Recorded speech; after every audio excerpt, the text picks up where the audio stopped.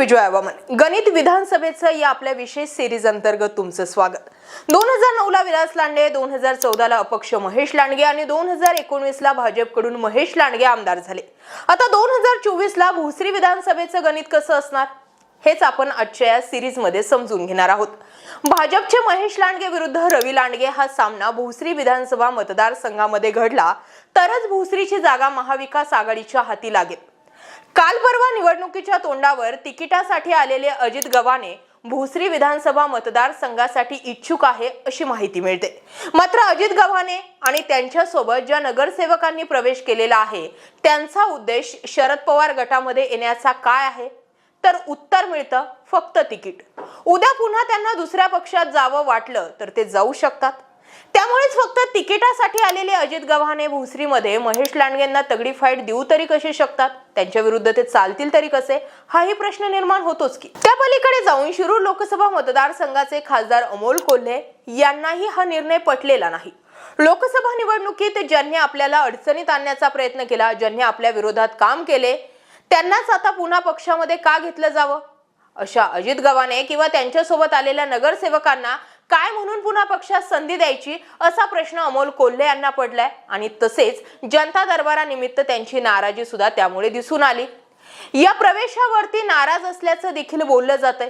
बरं, हे झालं राष्ट्रवादी काँग्रेसच्या अंतर्गत गटबाजीचे राजकारण।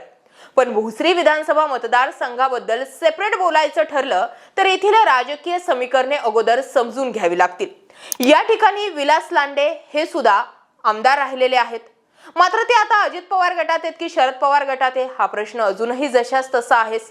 महेश लांडगे यांची भोसरी विधानसभा मतदारसंघामध्ये चांगली पकड पाहायला मिळते, त्यांची त्या ठिकाणी दहशतही आहे आणि क्रेजही आहे। या दोन्ही अँगलने लोक महेश लांडगे यांना मानणारे आहेतच। अशात महेश लांडगे यांना फाईट द्यायची ठरली तर दुसरा त्यांच्या बरोबरीचा पैलवानच मैदानात असणं गरजेचं आहे आणि त्यासाठी दुसरा लांडगे म्हणजे रवी लांडगे यांचंच नाव समोर येत आहे। आता रवी लांडगेच का तर याचं उत्तर मिळतं भोसरीमध्ये असणारी रवी लांडगे यांची क्रेज।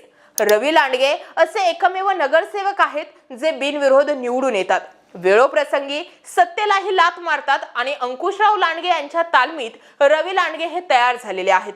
मग अशामध्ये रवी लांडगे आणि महेश लांडगे यांच्यामध्ये असलेलं वितुष्ट लक्षात घेता रवी लांडगे हे भोसरीमधून महेश लांडगे यांना बरोबरीची फाईट देऊ शकतात असं बोललं जातंय।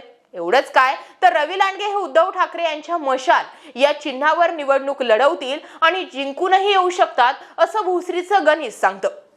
भोसरी विधानसभा मतदारसंघामध्ये मोठ्या प्रमाणावरती उद्धव ठाकरे यांना मानणारा वर्ग आहे, त्यासोबतच या ठिकाणी मोठ्या प्रमाणावरती शिवसेनेचा मतदार राहिलेला आहे। महेश लांडगे यांची इमेज गेल्या काही दिवसांपासून मतदारसंघामध्ये काही प्रमाणावरती डॅमेज झाली।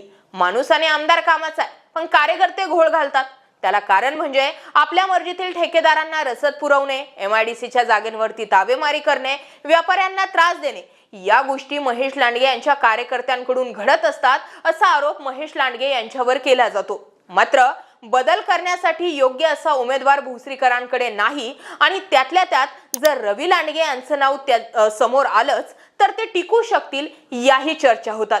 या पलीकडे जाऊन तुम्हाला काय वाटतंय? अजित पवार गटातून तिकीट मिळवण्यासाठी आलेले अजित गव्हाणे हे भोसरीमध्ये चालू शकतील की रवी लांडगे हे चालू शकतील? कमेंट सेक्शन मध्ये जरूर व्यक्त व्हा। शेवटी आपण आता विधानसभांचा आढावा घेतोय आणि विधानसभाच्या आढाव्यामध्येच प्रत्येक मतदारसंघातील नेमकी काय स्ट्रॅटेजी आहे, तिथलं गणित कसं आहे हे समजून घेणार आहोत। हा विषय आणि ही माहिती आवडली असेल तर व्यक्त व्हा। या व्यतिरिक्त जाऊन जर भोसरीमध्ये वेगळं काही गणित बसू शकत असेल तर तेही आम्हाला कमेंट करायला विसरू नका। जय महाराष्ट्र।